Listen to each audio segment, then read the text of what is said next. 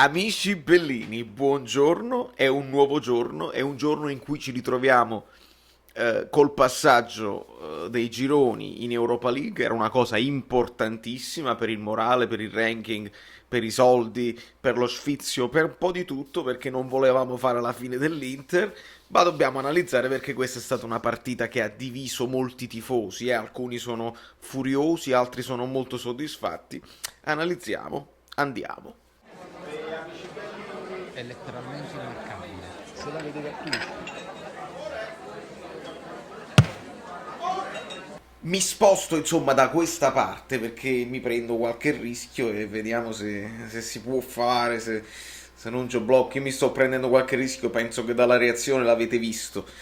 Però, vediamo un pochino perché mi voglio guardare, per analizzare, mi voglio guardare un pochino come se mi volessi guardare gli highlights insieme a voi. Lo so che non si può fare, però magari sai, zitta, senza che nessuno se ne accorge, no? Guardiamo un pochino, sono giusto i 3 minuti degli highlights per capire perché probabilmente chi è deluso è più deluso di quello che dovrebbe essere e chi è soddisfatto magari si è dimenticato di quanto abbiamo sofferto, sono vere entrambe le cose. Ieri in live ci siamo divertiti ad analizzarla. Comincia bene, insomma, la Real lì sbaglia Maksimovic malamente e non riesce nell'anticipo e questa è l'occasione più clamorosa, ovviamente dove ciccano un gol a porta vuota. Ospina lo alza, sta tutto bene, tutto a posto, e giustamente clamorosissima, ci siamo fatti trovare scoperti qui, male, approccio, superficialità, non lo so, però non è andata proprio bene. Dopodiché il Napoli al 33esimo, con questo calcio d'angolo, vediamo lo stop di petto a terra, Zielinski perfetto nel tiro, Zielinski va ad esultare, io l'esultanza non la vedo mai perché sto gridando durante la reaction e così, ma è stata una roba bellissima e la dedica anche a un nuovo genito che sta arrivando, un piccolo Piotr, un piccolo Zielinski che starà per arrivare, un gol straordinario.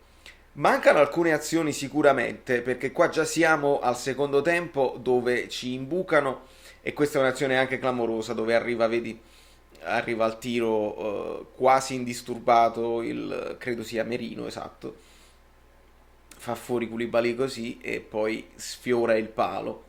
Dopodiché ancora un'azione per loro, la cicca ancora Maksimovic che era troppo alto e vanno in avanti, c'è questa imbucata, il cross al centro e la manca l'attaccante loro.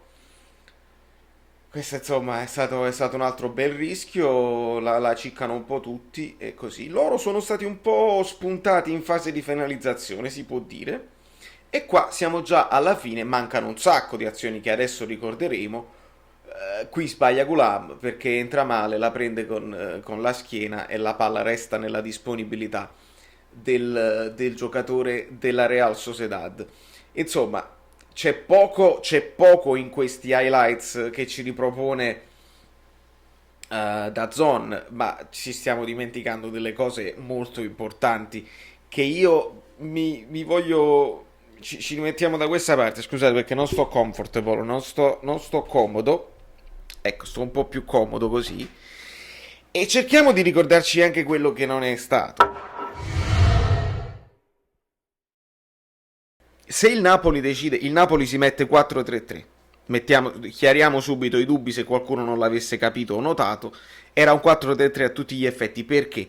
Perché nella fase di non possesso che tu devi guardare quando devi fare la formazione, il Napoli si trova con le due mezze ali, con Fabian e Zielinski a fare il primo pressing. Non deve essere un primo pressing questa volta troppo esagerato, perché loro girano bene il pallone è il loro gioco, sono abituati a fare così, quindi devi un po' essere guardingo attendista. Devi coprire le linee di passaggio, devi fluttuare.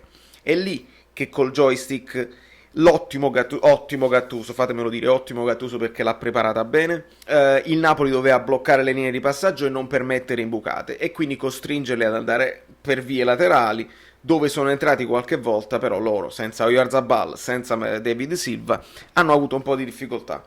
4-3-3 e 4-2-3-1 in fase di contrattacco. E la fase di contrattacco Zielinski si poteva venire a prendere il pallone e provare qualche strappo, ma visto che la palla l'hanno tenuto, ma la maggior parte loro, ovviamente 4-3-3. Ecco perché nel 4-3-3 Gattuso sostituisce Bakayoko con Demme e non lascia Bakayoko in campo, che comunque stava facendo la sua partita, perché non vede Bakayoko, secondo me, come mezzala, non riesce a fluttuare così. Come centrale un poco meglio, a 2 è perfetto, a 2 con Demme, a 2 con Fabian siamo un po' lenti, ma va bene per fare distruzione di gioco, può andare bene, con Demme molto meglio. E qui andiamo alle donenti note. Io ho fatto anche un pochino di pagelle che adesso vedremo e analizzeremo, e voi mi direte se siete d'accordo con le mie valutazioni. Il Napoli ha fatto la partita che doveva fare, perché loro avevano un risultato a disposizione e sono venuti a San Paolo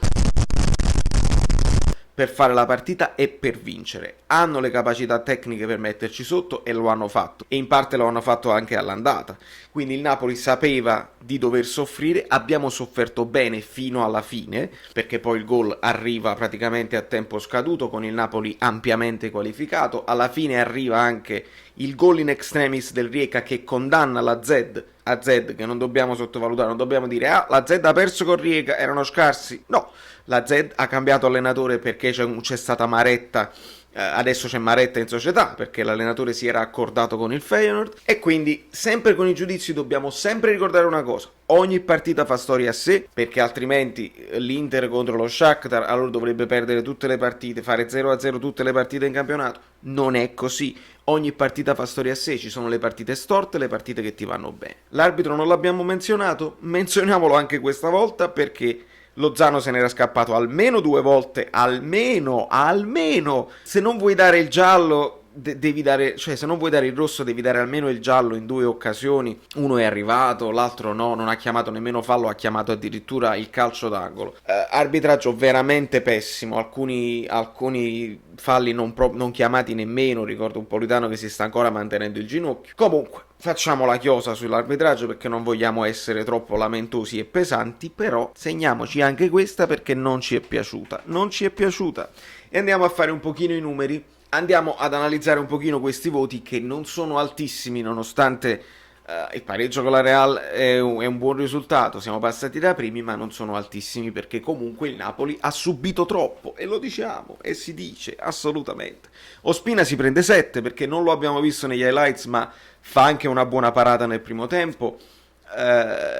Nelle uscite sicuramente un paio di volte è stato sicuro, ti dà la garanzia che se la devi passare indietro sa cosa fare e non si mette paura di fare un passaggio in più. Ospina si prende 7 perché salva il risultato. Di Lorenzo 6, non mi è dispiaciuto troppo, i problemi sono arrivati da altre parti. È anche arrivato fino in fondo nel secondo tempo, quando abbiamo avuto quell'occasione con Petagna. Politano lo vede con la coda dell'occhio, lo serve sul fondo, Di Lorenzo la mette bene in mezzo, Petagna fa un controllo in più, dopodiché la da dietro, non si capisce niente, la palla arriva a Fabian, vabbè, non si concretizza. Maximovic Maluccio, Maximovic le varie imbucate, è lui il protagonista di queste imbucate, quindi io ho scritto 5,5, ma potrebbe anche essere 5. Mentre mi è piaciuto di più questa volta Koulibaly, 6,5. Quando è arrivata da lui la palla si è districato bene, a volte anche bisogna lanciarla fuori, fare uno spazzare, era la partita dove bisognava soffrire e va bene così. 6 anche a Mario Rui, forse anche qualcosina in più perché ha salvato un paio di occasioni molto pericolose, il sombrero ce l'ha regalato anche questa volta, non ha garantito tanto in fase di spinta, ma tant'è. A centrocampo 6 meno, Bakayoko ha fatto quello che doveva fare, non penso potesse fare altro, mentre Fabian si prende 5.